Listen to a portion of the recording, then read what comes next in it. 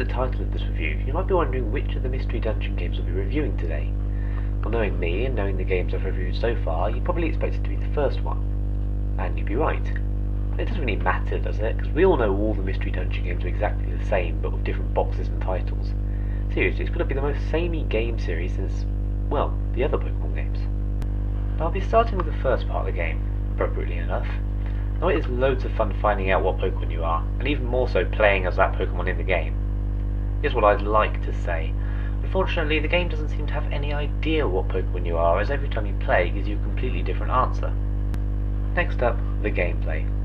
And as much as Nintendo tries to dress it up, these Mystery Dungeon games are on a very strict grid, which is not only the cheapest kind of gaming imaginable, but it also makes it 100 times more annoying when, despite the fact that my attacks couldn't possibly miss unless I was drunkenly blind, or blinded by alcohol, my attacks miss anyway. And my teammate is bone dead stupid. So picture this, you're on the 100th level of a 100 level dungeon.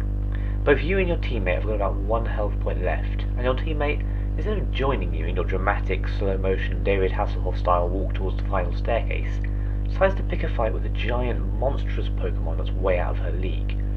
She then gets completely obliterated and you both have to start the whole dungeon all over again. Oh, and that's not an exaggeration, by the way. Some of the dungeons really did have 100 floors. Sometimes I'll be almost there, I'll be completely out of health and unable to go on, and I'll consider saying to my teammate, "No, go on without me, save yourself." Then I remember that I hate her. And towards the end of the game, you gain the ability to switch control from you to your partner, or indeed any of the other Pokemon you've recruited. I mean, it kind of takes the point out of the game if you ask me, the point being that you are a Pokemon, and you are the main character. And if you can control any of the Pokemon, then it just becomes, well, one of the old Pokemon games, but more crap. Though I will admit, it was fun going into town as a floating tentacle. But despite all this, it wasn't all bad. I mean, the boss battles were fun in a challenging sort of way, and there was a sense of satisfaction once you beat the really hard dungeons. Here's what I'd like to say, yeah, it was all crap. Next up, the storyline. The storyline wasn't actually that bad. No, really, it wasn't. You start off with a few practice missions, then you battle a mini-boss, and you get blamed for disrupting nature and get kicked out of town, battle a few bosses, find the god of all Pokemon, which turns out to be a Ninetales. She clears your name, you get welcomed back into society, you battle another boss, you discover that there's a meteor heading towards the Earth, which means you have to battle yet another boss so that he'll blow it up with his hyper beam. Roll credits. Then, despite the fact that that was the reason for you becoming a Pokemon, you decide to continue being a Pokemon so that you can stay with your partner, go on a number of other equally tedious missions. Then there's some kind of weird, messed up love story between the bad guy Gengar and your spiritual guide Gardevoir. But there's one point I really have to point out.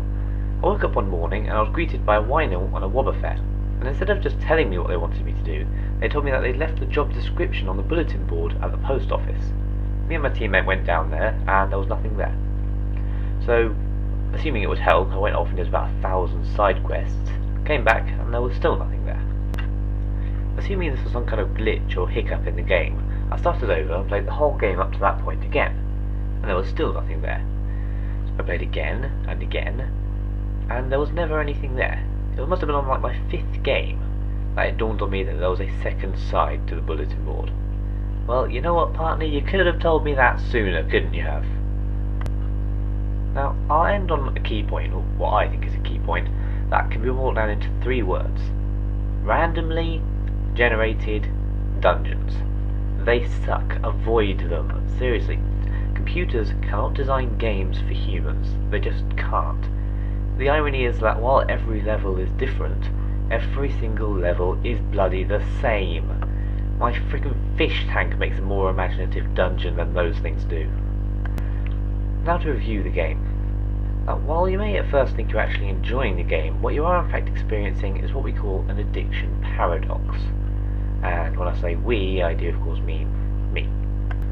This is how it works. You start off with curiosity. Then, as the game progresses, you go on to crippling addiction. Once you finish the game, it's hatred. Then 3 or 4 months pass, and then you're back on the crippling addiction stage. It goes on in sort of a vicious cycle. It occurs in quite a lot of video games. Now, games affected by the addiction paradox aren't always bad, although at the same time they're rarely particularly good.